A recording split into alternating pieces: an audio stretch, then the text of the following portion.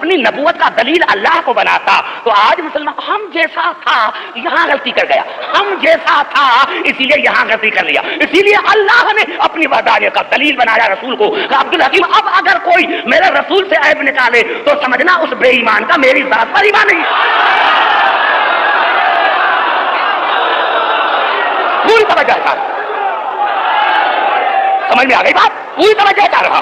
اب اگر کوئی میری رسول کے جو بھی میرے رسول سے عیب نکالے، جو بھی میری رسول کے ذات سے عیب نکالے، سمجھنا اس بے ایمان کا اللہ پر ایمان نہیں ہے۔ ارے میں نے عرض کیا کہ خاص ارے تم کم از کم جس اللہ نے کہا تھا کہ قرآن ذکر ہے، حالانکہ آپ نے ترجمہ کر دیا انا نحن نزلنا الذکر وانا لہ لحافظون، ہم نے اس ذکر کو اتارا، قرآن کا لفظ تو ہے ہی نہیں، یہ آپ قرآن کہاں سے لفظ لے کر آئے؟ حالانکہ میں اگر حدیث پڑھوں تو اس میں کوئی جرم نہیں ہے، کیونکہ میرے امام نے نہیں کہا تھا کہ کتاب کافی ہے، لیکن میں تمام مسلمان بھائیوں کے لیے میری تقریر ہے تو انشاءاللہ میری جتنی تقاریر ہوں گی وہ قرآن آیتوں پر مشتمل ہوگی اور تمام مسلمان بھائیوں کے لیے ہوگی۔ میں نے اپنے عنوان میں جو آیت رکھی ہے وہ سورۃ آل عمران کی آیت ہے جس کا نمبر 100 ہے۔ اس آیت میں اللہ تمام عالم انسانیت سے سوال بھی خود کا رہا ہے اور جواب بھی خود دے رہا ہے، یعنی اللہ تمام عالم انسانیت سے سوال کر رہا ہے کہ وَكَيْفَ تَكْفُرُونَ، تم کافر کیسے بن سکتے ہو؟ یہ ناممکن ہے کہ تم کافر بن سکو، اور اللہ کہہ رہا ہے مخلوق سے، تمام عالم انسانیت سے کہہ رہا ہے کہ اللہ کہ وَكَيْفَ تَكْفُرُونَ، تم کافر کیسے بن سکتے ہو؟ وَأَنْتُمْ تُتْلَىٰ عَلَيْكُمْ آیاتُ اللَّهِ، جب تم پر اللہ کی آیتوں کی تلاوت کی جاتی ہے، تم میں میرا قرآن ہے، جو میرا قرآن ہے وَفِيكُمْ رَسُولُ، اور تم میں میرا رسول موجود ہے، تھا نہیں ہے۔ تم کافر کس طرح بن سکتے ہو؟ تم کافر کیسے ہو سکتے ہو؟ یہ 1400 برس پہلے ان سے آیت مخاطب تھی جو اس زمانے میں موجود تھے، اور یہ آیت آج ہم سے مخاطب ہے، اور یہ آیت جو ہے یہ قیامت تک موجود ہے اور رہے گی، اور آنے والے جتنے بھی انسان ہیں ان سے یہ آیت سوال کرتی رہے گی کہ تم کافر کیسے بن سکتے ہو؟ تم کافر کیسے ہو سکتے ہو جب تم میں قرآن بھی ہے اور میرا رسول بھی موجود ہے، تھا نہیں ہے، جب ہے تو پھر ہے۔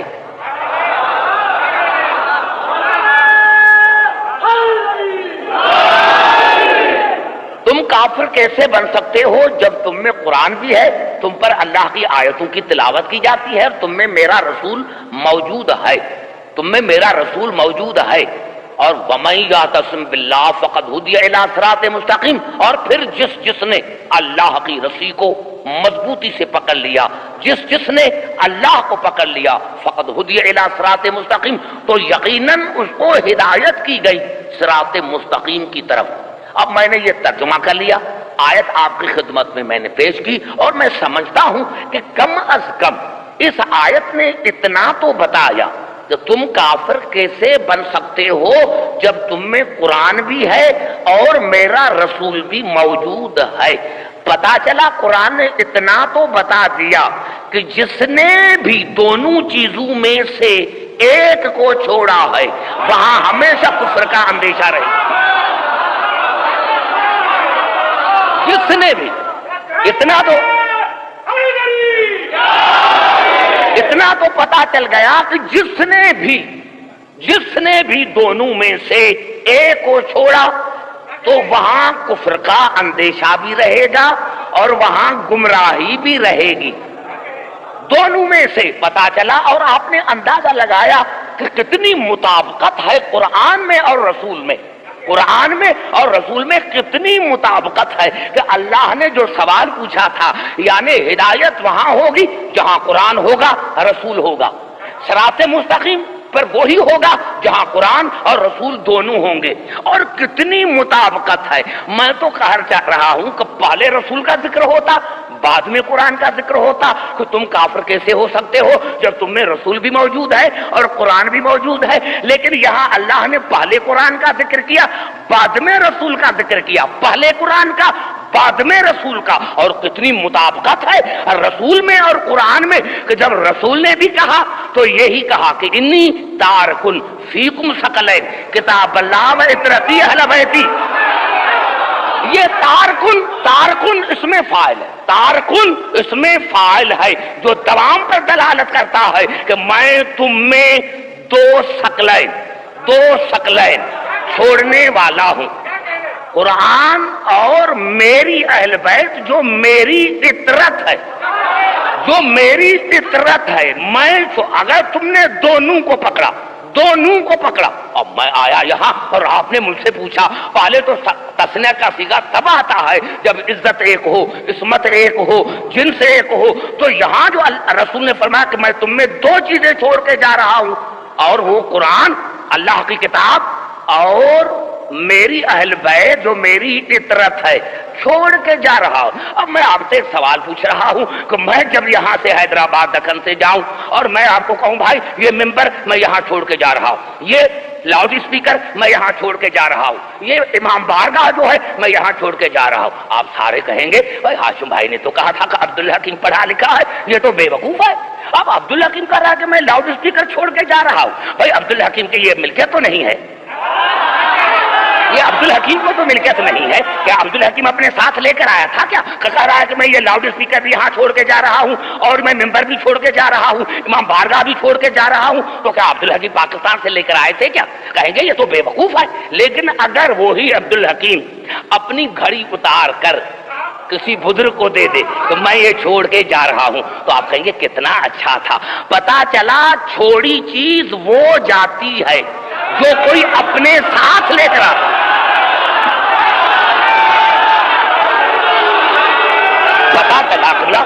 پتا چلا پوری توجہ چاہ رہا ہوں، پتا چلا چھوڑی چیز پوری توجہ چاہ رہا ہوں. پتا چلا آپ نعرے کم لگائیں تک آپ کو میں زیادہ مواد دے سکوں. میں نے کہا کہ چھوڑی چیز وہ جاتی ہے جو آدمی اپنے ساتھ لے کر آتا ہے. یہیں سے پتا چلا کہ رسول نے انی تارکن فیکم ثقلین کتاب اللہ و اطرتی اہل بیتی کہہ کر دنیا کو بتایا تھا کہ جہاں سے میں آیا ہوں وہاں سے قرآن بھی آیا ہے اور وہاں سے اہل بیت بھی آیا.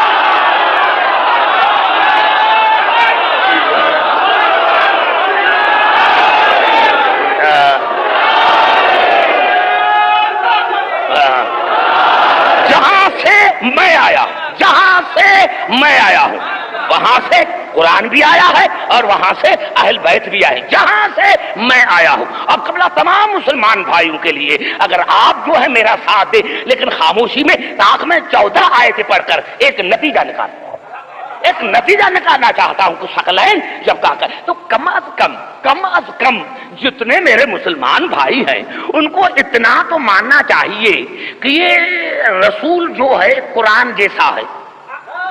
کم از کم یہ عقیدہ ہونا چاہیے کہ ہمارا رسول جو ہے وہ قرآن جیسا ہے. اب یہ پتا چلا یہ تو بات کی باتیں ہیں لیکن اب جو میں جملہ تمام مسلمان بھائیوں سے کر رہا ہوں اب قرآن کیا ہے. آئیے قرآن سے پوچھتے ہیں کہ قرآن کیا ہے. تو اللہ نے سورۃ نحل میں ارشاد فرمایا وَنَزَّلْنَا عَلَيْكَ الْكِتَابَ تِبْيَانًا لِكُلِّ شَيْءٍ وَهُدًى وَرَحْمَةً وَبُشْرَىٰ لِلْمُسْلِمِينَ.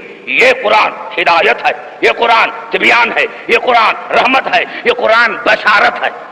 اور پھر اسی اللہ نے ارشاد فرمایا سورۃ اعراف میں ھذا بصائر من ربکم وہدی ورحمۃ لقوم یؤمنون. یہ قرآن عقل ہے، یہ قرآن دلیل ہے، یہ قرآن فکر ہے. اور اسی اللہ نے پھر ارشاد فرمایا سورۃ نساء میں لیکن اللہ یشہد بما انزل الیک انزلہ بعلمہ. یہ قرآن علم ہے. توجہ چاہ رہا ہوں، یہ قرآن علم ہے، عالم نہیں. یہ قرآن علم ہے، پوری توجہ چاہ رہا ہوں. یہ قرآن تبیان ہے، ہدایت ہے، بیان ہے. اور یہ قرآن بصیرت ہے، عقل ہے، دلیل ہے، فکر ہے. اور یہ قرآن یہ قرآن جو ہے اللہ نے فرمایا کہ دیکھو یہ جو قرآن ہے، یہ قرآن جس کو میں نے نازل کیا ہے یہ قرآن ہدایت ہے. اور پھر اسی اللہ نے ارشاد فرمایا سورۃ بنی اسرائیل میں وَنُنَزِّلُ مِنَ الْقُرْآنِ مَا هُوَ شِفَاءٌ وَرَحْمَةٌ لِلْمُؤْمِنِينَ. یہ قرآن رحمت ہے اور یہ قرآن شفا ہے. شفا کی معنی ہے پیاس بجھانے والا. یعنی اگر کسی کو اولاد کی پیاس ہے تو یہ قرآن تمہیں اولاد عطا کرے گا. کسی کو دولت کی پیاس ہے تو یہ قرآن تمہیں دولت عطا کرے گا. پتا چلا یہ قرآن مشکل کشا ہے. یہ قرآن مشکل کشا ہے. جو مانگو یہ قرآن دیتا ہے. یہ قرآن مشکل کشا ہے. اور پھر اللہ نے فرمایا جسے میں نے سورۃ النساء میں فرمایا کہ لیکن اللہ یشهد بما انزل الیک انزلہ بعلمہ. یہ قرآن علم ہے اور اسی اللہ نے اسی سورۃ النساء میں ارشاد فرمایا یا ایھا الناس قد جاءکم برہان من ربکم وانزلنا الیکم نورا مبینا. یہ میرا قرآن برہان ہے, دلیل ہے, مبین ہے, نور ہے. اور پھر اللہ نے ارشاد فرمایا سورۃ بنی اسرائیل میں ذالک مما اوحی الیک ربک من الحکمہ. یہ قرآن حکمت ہے, حکیم نہیں. حکیم وہ ہے جو اس کو جانتا ہے. یہ قرآن حکمت ہے, یہ قرآن حکمت. اور پھر اللہ نے سورۃ فرقان میں ارشاد فرمایا تبارک الذی نزل الفرقان علی عبدہ لیکون للعالمین نذیرا. یہ قرآن فرق ہے, فرقان ہے, حق اور باطل کے درمیان فیصلے کرنے والا ہے. یہ قرآن پوری توجہ تمام مسلمان بھائیوں کے لیے. یہ قرآن فرقان ہے, حق اور باطل کے درمیان فیصلہ کرنے والا ہے. اور پھر ارشاد ہوا اسی اللہ نے قرآن کے لیے ارشاد فرمایا سورۃ طٰہٰ میں طٰہٰ ما انزلنا علیک القرآن لتشقیٰ.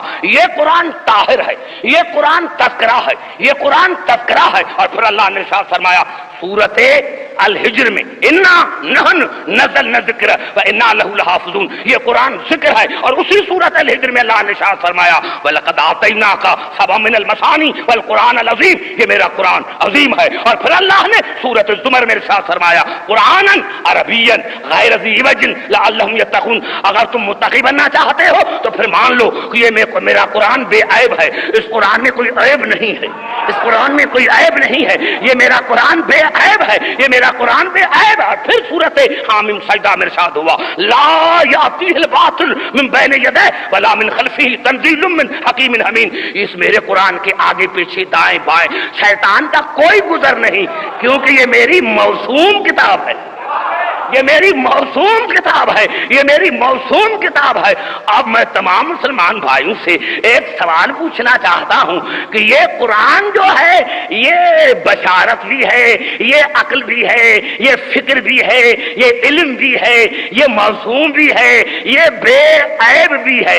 اب دو آیتیں جان بوجھ کر نہیں پڑھ رہا ہوں. اب میں تمام مسلمان بھائیوں سے ایک عرض کرنا چاہتا ہوں کہ جو قرآن ہے, جو قرآن ہے, ویسے رسول کو بھی تو مانو, ویسے رسول کو بھی تو مانو. جس اللہ نے کہا تھا, جس اللہ نے کہا تھا. معاف کرنا 5 آیتیں اور پڑھ کر آپ کے قریب آنا چاہتا ہوں, کیونکہ میری پہلی تقریر ہے تو آپ ٹائم کا خیال نہ کرنا, کیونکہ میری تقریر بڑھ جاتی ہے. میں نے اب کیا میرے دوستوں پورے قرآن حکیم میں لفظ 2 استعمال ہوئے, عبدہ. گھبرا تو نہیں گے میرے بھائی, پوری توجہ. عبدہ 5. اب ان میں فرق ہے. عبدہ, اس کا عبد. جہاں لفظ عبد آیا ہے وہاں سے مراد طالب ہے, اور جہاں سے عبدہ آیا ہے وہاں سے مراد مطلوب ہے. رسول میں اور آدم سے لے کر عیسیٰ تک تمام انبیاء میں یہی فرق ہے کہ آدم سے لے کر عیسیٰ تک تمام انبیاء طالب ہے, اللہ مطلوب ہے, لیکن رسول مطلوب ہے, اللہ طالب ہے.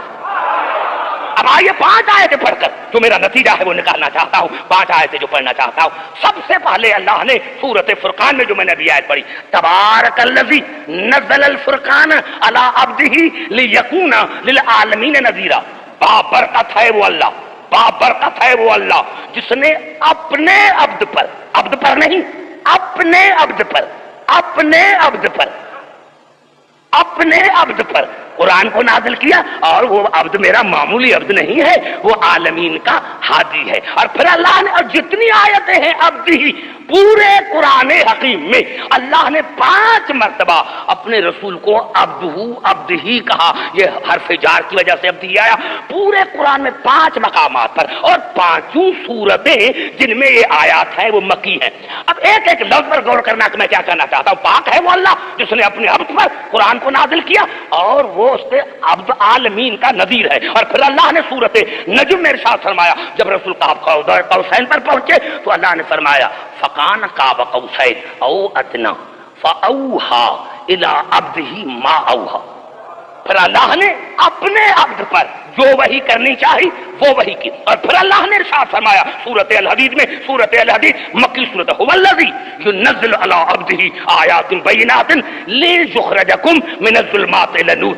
بابرکت ہے وہ اللہ، تعریف ہے اس اللہ کی جس نے اپنے عبد پر قرآن کو نازل کیا، واضح آیتوں کو نازل کیا جو تمہیں ظلمات سے نکال کر نور کی طرف لے کر آتا ہے۔ اور پھر اللہ نے سورۃ کہف میں ارشاد فرمایا، سورۃ کہف مکی سورت ہے، ارشاد ہو رہا ہے الحمدللہ الذی انزل علی عبدہ الکتاب ولم یجعل لہ عوجا۔ تمام تعریف ہے اس اللہ کی جس نے اپنے عبد پر کتاب کو نازل کیا، اور وہ اس کا عبد وہ ہے جو بے عیب عبد ہے، اس عبد میں کوئی عیب نہیں ہے۔ اور پھر اللہ نے ارشاد فرمایا سورۃ بنی اسرائیل میں سبحان الذی اسری بعبدہ لیلا من المسجد الحرام الی المسجد الاقصی الذی بارکنا حولہ لنریہ من آیاتنا۔ بابرکت ہے وہ اللہ، تعریف ہے اس اللہ کی جو اپنے عبد کو لے کر گیا۔ اب میں نے جو اتنی آیتیں پڑھی، یہ جو خاص کر کے میں نے 5 آیتیں پڑھی، آپ مجھے بتائیں کہ ان 5 آیتوں میں اللہ نے کس کی تعریف کی ہے؟ ابھی میں آپ سے سوال پوچھوں گا، میری آدھے گھنٹے کی جو تقریر ہے، جو میں نے اتنی آیتیں پڑھی، کس کی اللہ نے تعریف کی ہے؟ یہ جو میں نے 5 آیتیں پڑھی، اللہ نے رسول کی تعریف نہیں کی، اپنی تعریف کی ہے، اپنی تعریف کی ہے کہ میں اللہ اسی لیے تعریف کا لائق ہوں کہ میرا رسول ایسا ہے۔ اللہ نے اپنی تعریف کا، اپنے وجود کا دلیل بنایا رسول کو، تعریف اپنی کی، دلیل بنایا رسول کو۔ رسول نے اپنی نبوت کا دلیل اللہ کو نہیں بنایا، اللہ نے اللہ نے اللہ نے اللہ نے اللہ نے اللہ نے اپنی وحدانیت کا دلیل رسول کو بنایا کہ یہ میرا، میں اللہ تعریف کے لائق اسی لیے ہوں کہ میرا رسول ایسا ہے، میرا رسول ایسا ہے، اس میں کوئی عیب نہیں ہے، جو عالمین کا ہادی ہے، جو تم پر آیتیں سناتا ہے۔ اللہ نے تعریف اپنی کی اور دلیل بنایا رسول کی ذات کو۔ رسول نے دلیل اللہ کو کیوں نہیں بنایا؟ رسول نے کیوں بنایا؟ فرض کرو میرے دوستوں، میرے بزرگوں، اگر رسول دلیل بناتا، اگر رسول دلیل بناتا، فرض کرو میں یہاں آیا، میں نے ہاشم بھائی سے پوچھا ہاشم بھائی یہاں کوئی اچھی چیز ہے؟ کہا ہاں سے، یہاں ہمارے پاس فرنیچر ایسا بنتا ہے، کارپینٹر ایسے ہیں، آپ ٹیبل تو بنوا کر دیکھیں۔ میں نے ٹیبل بنا، کہا ٹھیک ہے، کارپینٹر کو بلایا ہاشم بھائی نے کارپینٹر سے کہا، اس نے کہا سے پورے ہندوستان میں میرے جیسا کوئی بڑھائی ہے ہی نہیں، کوئی کارپینٹر ہے ہی نہیں۔ میں نے کہا مجھے ٹیبل چاہیے، اور جب وہ ٹیبل اس کو بنا کر میرے سامنے لے کر آیا، میں نے دیکھا یہ کیا ہے، یہ 3 ٹانگیں اوپر 1 ٹانگ نیچے کیوں ہے؟ اب میں نے ٹیبل کو کہا ٹیبل تو خراب ہے، ٹیبل تم میں یہ عیب ہے۔ آپ کہیں گے کہ بے وقوف ہے، یہ ٹیبل کا عیب نہیں ہے، یہ اس کا عیب ہے جس نے اپنی صنعت کا دلیل بنایا تھا ٹیبل کو۔ یہ ٹیبل کا عیب نہیں ہے، یہ کارپینٹر کا عیب ہے۔ تو اگر رسول اپنی نبوت کا دلیل اللہ کو بناتا تو آج مسلمان ہم جیسا تھا یہاں غلطی کر گیا، ہم جیسا تھا اسی لیے یہاں غلطی کر لیا، اسی لیے اللہ نے اپنی وحدانیت کا دلیل بنایا رسول کو کہ عبد الحکیم اب اگر کوئی میرے رسول سے عیب نکالے تو سمجھنا اس بے ایمان کا میری ذات پر ایمان نہیں۔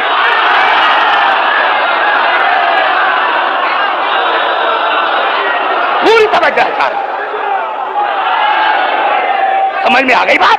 پوری توجہ چاہ رہا ہوں۔ اب اگر کوئی میری رسول کے جو بھی میرے رسول کے رسول سے عیب نکالے، جو بھی میری رسول کے ذات سے عیب نکالے، سمجھنا اس بے ایمان کا اللہ پر ایمان نہیں ہے۔ ارے میں نے عرض کیا کہ خاص، ارے تم کم از کم جس اللہ نے کہا تھا کہ قرآن ذکر ہے، حالانکہ آپ نے ترجمہ کر دیا انا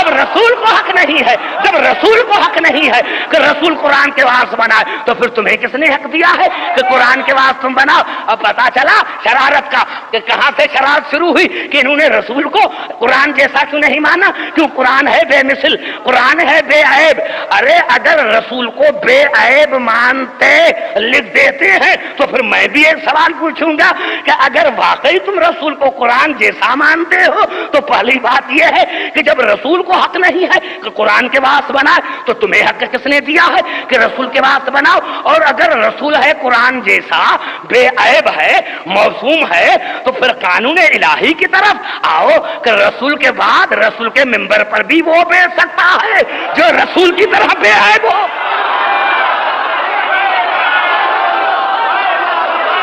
یہی سبب ہے۔ سمجھ میں آ گئی بات؟ آ گئی بات سمجھ میں نے عرض کیا کہ کم از کم مسلمان رسول کو قرآن جیسا مانتے۔ اور آئیے جہاں جہاں میری آواز آ رہی ہے پھر چلتا ہوں قرآن حکیم کی طرف کہ رسول ہے کیا؟ کیا؟ معاف کرنا میرے دوستوں، یہ جھگڑا علی پر نہیں ہے، حسین پر نہیں ہے، جھگڑا رسول پر ہے۔ ارے علی تو تب سمجھ میں آئے جب رسول سمجھ میں آئے۔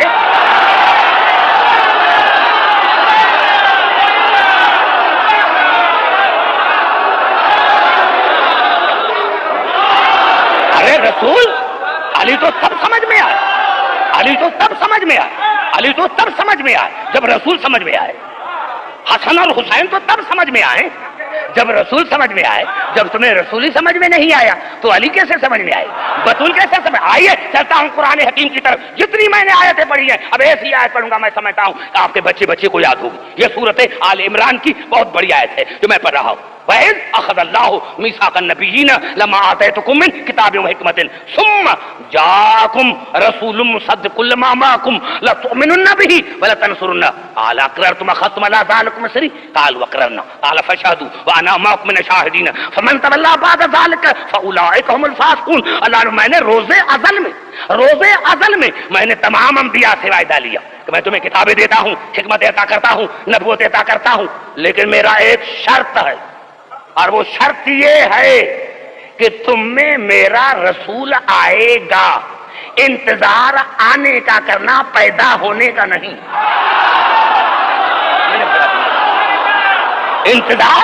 انتظار آنے کا کرنا، پیدا ہونے کا نہیں۔ یہاں سے پتہ چلا کہ انتظار ہادی کے آنے کا کیا جاتا ہے، پیدا ہونے کا نہیں۔ تم میں میرا رسول آئے گا اور وہ رسول کیا ہوگا؟ مصدق ہوگا، جو تمہاری نبوتوں کی تصدیق کرے گا، جو تمہارے ساتھ کتاب ہیں جو لے کے جا رہے ہو اس کی تصدیق کرے گا۔ اس پر ضرور اس لفظ کو سمجھی، بڑا جملہ کر رہا ہوں علی کی محبت کی مستی میں، پوری توجہ۔ اس پر ضرور نون تاکیدی لام لازمی، ضرور اس رسول کی۔ کس کو ادا کر رہا ہے؟ عبدالحکیم کو، کسی عام انسان کو؟ تمام موسومین کا مجموعہ، آدم سے لے کر عیسیٰ تک سارے انبیاء ہیں کہ تمام کے تمام اس رسول کی ضرور اس رسول کی ضرور مدد کرنا، ضرور اس رسول کی ضرور مدد کرنا، اور اس رسول پر ضرور ایمان لے کر آنا۔ یا اللہ یہ کیا ہے؟ رسول آپ کا مدد کریں انبیاء، یہ آپ بدعت کی بنیاد ڈال رہے ہیں۔ بڑا جملہ میں نے کہا دیا حیدرآباد دکن میں نے کیا یا اللہ یہ تو بدعت کی بنیاد ہوگی، کیا انبیاء میں آپ سے زیادہ طاقت ہے کیا؟ کہہ رہے ہیں انبیاء کو کہ میرے رسول کی ضرور مدد کرنا، ضرور کیا یہ اللہ ہے کیا؟ رسول اللہ اور غیر اللہ سے مدد مانگے؟ پوری توجہ تھا، ایک جملے پر غور، ایک میں کیا کہنا چاہتا ہوں، ہمارا رسول اور غیر اللہ سے مدد مانگے، ضرور مدد کرنا، ضرور ایمان لے کر آنا۔ اللہ نے فرمایا دیکھو کرتے ہو اقرار کا، ہم نے اقرار کیا۔ اللہ نے فرمایا شاہد رہنا، اور شاہدین میں سے ایک شاہد میں بھی ہوں۔ یہ بہت بڑا جملہ اگر میرے سمجھ میں آ جاتا، آپ کی سمجھ میں آ جاتا تو میں سمجھتا کہ میری تقریر جو ہے آج کی تقریر میری جو ہے کامیاب ہو گئی۔ اس پر ضرور ایمان لے کر میرے رسول پر اس کی ضرور مدد کرنا۔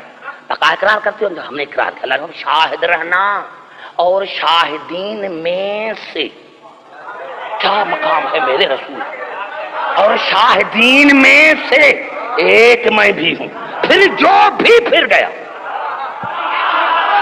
آپ نے اندازہ لگایا میرے نوجوانوں جو میرے سامنے بچے بیٹھے ہیں، میرے سامنے بچہ کوئی نہیں بیٹھتا، وہ بیٹھے جس کا اتنا دماغ ہو، اتنا دماغ لے کر پھران کے بیٹھو۔ پھر اللہ نے فرمایا تم شاہد رہنا، اور شاہدین میں سے ایک شاہد میں بھی ہوں، پھر جو بھی پھر گیا۔ یعنی اللہ نے اپنی ذات کو بھی ملا دیا کہ جو بھی، سر نہ ہلا میرے بھائی، سر نہیں، مجلس میں سر نہیں، عبادت میں سر کو ہلایا نہیں جاتا، پھر جو بھی پھر جو بھی پھر جو بھی پھر جو بھی پھر گیا تو وہ فاسق ہوگا۔ یہ ہے مقام رسول۔ یہاں سے پتا چلا کہ ہمارا رسول کیا ہے، پتا چلا جس کی مدد نہ کرنے پر، جس کی مدد نہ کرنے پر، جس کے ذات پر ایمان نہ لانے پر اور مدد نہ کرنے پر تمام انبیاء کی نبوتیں بیکار ہو جائیں۔ سمجھنے کی کوشش میرے بچے، سمجھنے کی کوشش، سمجھنے کی۔ مقام رسول کیا ہوا؟ بنص قرآن مقام یہ ہوا کہ جس کی مدد نہ کرنے پر، جس پر ایمان نہ لانے پر آدم سے لے کر عیسیٰ تک تمام انبیاء کی نبوتیں بیکار ہو جائیں، اس کو قرآن میں محمد رسول اللہ کہتے ہیں۔ ارے ہاں، اگر کوئی نبی محمد پر ایمان نہ لائے، کوئی نبی محمد کی مدد نہ کرے تو وہ فاسق ہے۔ کوئی نبی مدد نہ کرے، کوئی نبی مدد نہ کرے تو وہ فاسق ہو جاتا ہے۔ اب قبلہ اگر قرآن کی آیت نہ ہوتی تو میں علی کی محبت کی مستی میں یہ میں جملہ نہ کہتا۔ آپ دیکھا رسول کے مقام سمجھ میں آیا کہ رسول کیا ہے؟ کہ جس کی ذات پر ایمان نہ لانا اور جس ذات کی مدد نہ کرنے پر تمام انبیاء کی، آدم سے لے کر عیسیٰ تک تمام انبیاء کی نبوتیں بیکار ہو جاتی ہیں، اس کو قرآن میں محمد رسول اللہ کہتے ہیں۔ ضرور ضرور ایمان لے کر آنا، ضرور ضرور مدد کرنا۔ اگر یہ قرآن کی آیت نہ ہوتی اور 73 فرقے میرے مسلمان بھائی اس پر متفق نہ ہوتے تو میں یہ آیت بھی نہ پڑھتا، لیکن قرآن میں ہے کہ رسول کا یہ مقام ہے کہ اگر کوئی نبی رسول پر ایمان نہیں کرنا ہے اس کی نبوت بیکار، کوئی نبی محمد کی مدد نہ کرے تو اس کی نبوت بیکار ہے۔ لیکن جب سورۃ مائدہ پر نظر پڑی تو اسی اللہ نے کہا یا ایھا الرسول بلغ،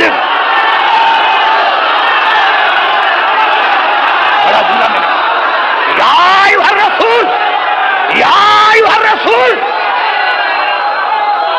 سنے جملہ سنے کہ میں کیا کہہ رہا، جملہ سنے، جہاں جہاں میری آواز آ رہی، جہاں سنے، غور سے جملہ سنے۔ یہ جملہ میرا جملہ ہوا میں اڑنا جا رہا۔ جس اللہ نے کہا تھا رسول کے لیے کہ میرے رسول کا یہ مقام ہے کہ آدم سے لے کر عیسیٰ تک اگر کوئی میرے نبی پر ایمان نہیں لے کر آئے گا، مدد نہیں کرے گا تو ان کی نبوتیں بیکار ہیں، اسی اللہ نے رسول کو کہا یا ایھا الرسول بلغ، ابلغ نہیں، اے میرے رسول ضرور ضرور پہنچاؤ، ابلغ نہیں کہا، ضرور ضرور، یا ایھا الرسول بلغ ما انزل الیک من ربک وان لم تفعل فما بلغت رسالتہ۔ پورے قرآن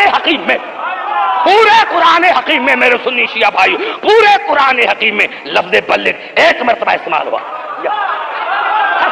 بلغ وان لم تفعل فما بلغت رسالتہ۔ پورے قرآن میں لفظ بلغت ایک مرتبہ استعمال ہوا۔ اس آیت میں میرے رسول، اور علامہ اشرف الفی تھانوی نے کیا ترجمہ کیا کہ میرے رسول جو تمہارے پروردگار کی طرف سے نازل کیا گیا ہے، اگر تم نے نہیں پہنچایا تو تمہاری رسالت بیکار ہے۔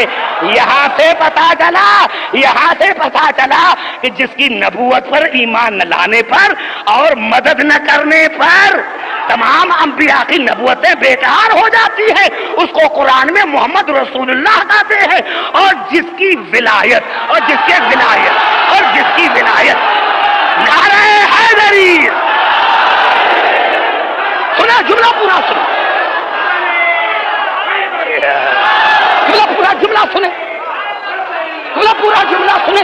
یہاں سے پتا چلا کہ جس کی نبوت پر ایمان نہ لانے پر، جس کی نبوت پر پوری توجہ میرے بھائی، سنے، جس کی نبوت پر ایمان نہ لانے پر اور مدد نہ کرنے پر تمام انبیاء کی نبوتیں بیکار ہو جاتی ہے، اس کو قرآن میں محمد رسول اللہ کہتے ہیں۔ لیکن جس کی ولایت کا اعلان نہ کرنے پر رسول کی نبوت بیکار